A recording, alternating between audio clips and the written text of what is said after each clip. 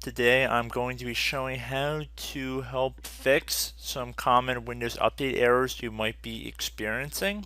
Now, whether the updates might not be able to install or you cannot configure the updates properly, this tutorial should help you out.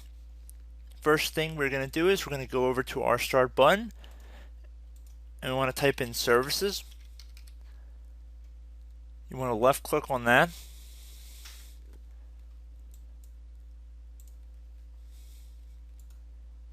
In the services list, the first item you want to look for is Background Intelligence Transfer Service. We want to make sure that this is enabled to run automatically. We can see right over here it's set to disabled. So I'm going to double click on this. And then underneath Startup Type, I'm going to switch this to Automatic. And then I'm going to click on Apply and OK.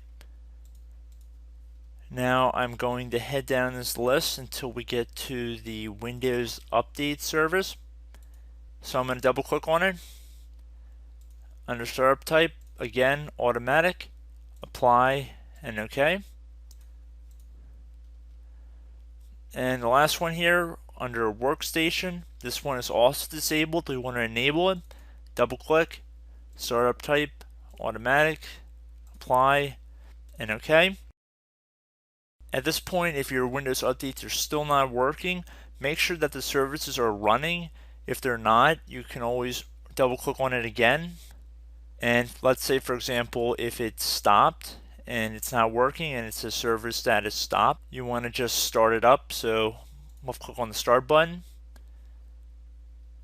So make sure all the services that we've gone through are all started up. If that still has not fixed your problem, what you can do at this point is head over to the Start button again, type in msconfig,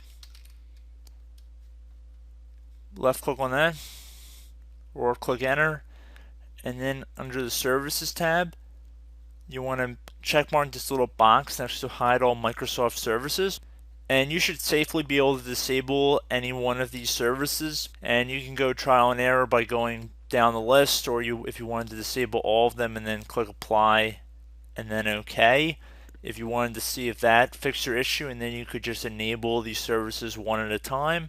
I mean, that's always a possibility, so that might be able to get down to your problem. So these three different methods we went through, there's no guarantees that this is going to directly fix your problem. There's a wide variety of issues, but hopefully this will encompass most of the common issues that you guys will be having. So I hope this tutorial helped you guys out, and I will see you in the next video.